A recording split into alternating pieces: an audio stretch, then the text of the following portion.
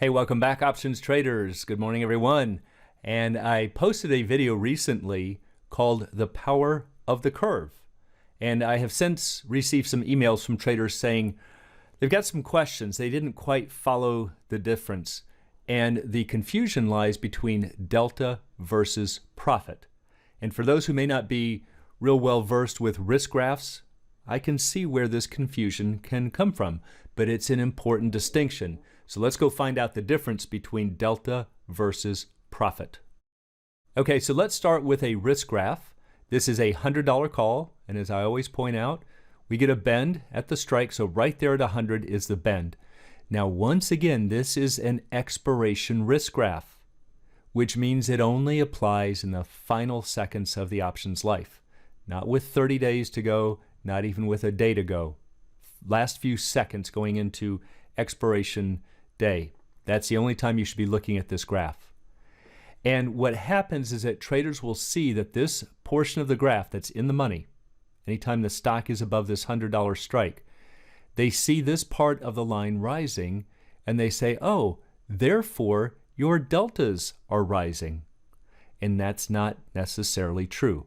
It might be true in some cases, but in this case it's not true. Your deltas are not increasing. So what's the distinction? Why does it look like your deltas are rising just because the line is when they're really not? Well, to see the distinction, let's start with an easy risk graph, long shares of stock. So if you buy shares of stock at 100, let's say it's just one share, this would be your break-even point right there at 100. So recall that this vertical axis is your profits or losses. So you just bought the stock for 100.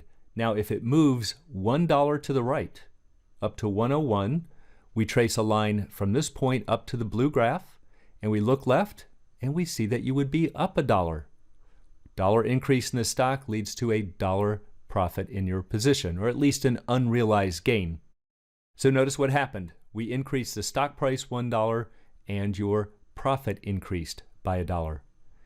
If we increase the stock price another dollar, from 101 to 102, we trace a line up to the blue line, we look left, and it shows that you would have a $2 gain.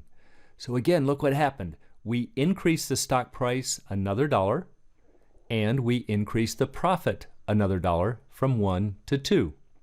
So it turns out it doesn't really matter where we measure. You will always get the same answer. It's always dollar for dollar. And in fact, if we had decreased the stock price to 99, we would see that we would lose $1. If we increase the stock price $5, you would make $5. It just doesn't matter. It's always dollar for dollar. So to make the point, what if we had instead just jumped from 100 to 102? Well, we would trace a line from 102 up to the curve, and it shows that you would be up $2. So again, a $2 increase now leads to a $2 profit, but it's still a dollar for dollar change. The number of dollars that we move to the right is exactly the same number of dollars that you'll get as a profit. If we move a certain number of dollars to the left as a loss, that will be exactly the same number of dollars that you will lose. That's what it means to have a dollar for dollar slope, or in the business, as we would say, delta 1. And that's what stock is. This is the delta, is the angle of the line. It's not the fact that the line is rising. All right, so train your eye to see this angle. The angle is the delta. And because this angle never changes, no matter where we are, the delta never changes. It's always dollar for dollar. So I've often made the analogy of a mountain that you're snow skiing down. So notice that if you were skiing between this range and let's say down to here, you're skiing at a certain speed. But that would be exactly the same speed as if you were skiing in this range, because the angle is the same. It's exactly the same speed you would be skiing down in here. It's exactly the same angle. That's how you want to train your eye to see delta, not the fact that the line is getting higher. The line getting higher is the profits. So for instance, when we saw the stock go to 101, we made a $1 gain. If it goes to 102, it would be a $2 gain. If it goes to 103, it's a $3 gain. So yes, these red dots are getting higher, but those are profits. Those are not deltas. Deltas are just showing you the blue line. The rate of change between those red dots is always dollar for dollar. The fact that the red dots are getting higher is not delta. That's where traders are getting confused. They see that this line is increasing and they think the delta is increasing. Those are your profits increasing. The delta is the same. So now hopefully it makes more sense. If we go back to our risk graph, and we can see that over here for all stock prices below the strike, it's very flat. If you were snow skiing through here, you wouldn't be moving at all. That's delta zero. That means you have no change in your profits at these levels. So if we're at expiration, which remember is what this blue curve shows, and the stock goes from, let's say, 85 to 86, not going to make a bit of difference in your profits. You will still lose 5. If there's no change in your profits, there's no delta. If you go from 86 to 87, there's no change. Or if you go from 85 to 90, you're still going to lose 5. It's not making a bit of difference to your profitability. Therefore, you have no deltas. That's why this line is flat.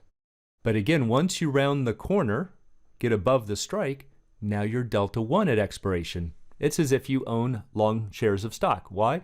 Because you could exercise that call and get shares of stock. So yes, your risk graph's going to look just like long shares of stock if the option is in the money at expiration.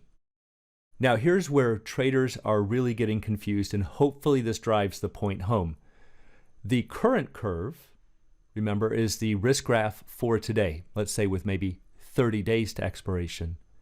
And we read it the same way. We find a stock price, we trace a line up to the red curve, we look left, it tells us our profitability today. But notice at the red curve that the angle changes. That shows that you have changing deltas, and that is in fact gamma. See, in this blue line up here, we never change. It's the same angle. Go back to thinking about a snow ski slope. See, that's not true here in red. You'd be skiing much faster in this range than in this range, and you'd be skiing much faster here than down here. See, the angle is changing. So let's say if the stock is down here over a very small range, that's a fairly flat angle. And in fact, if we extended an imaginary line out this way, pretty flat.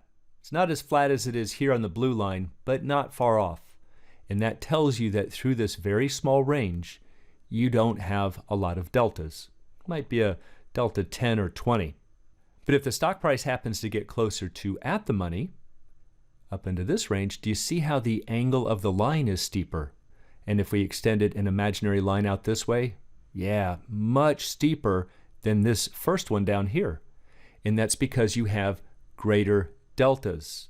So it's not just because the line got higher, those are profits, but the angle of the line is changing. Those are your deltas. So I hope that helps you to understand the difference. It's a really important difference because as you get more advanced with options, you're going to find that a lot of your hedges, rolls, and morphs that I talk about all the time will be based on delta, or they might even be based on gamma. But remember, gamma is just a measurement of delta.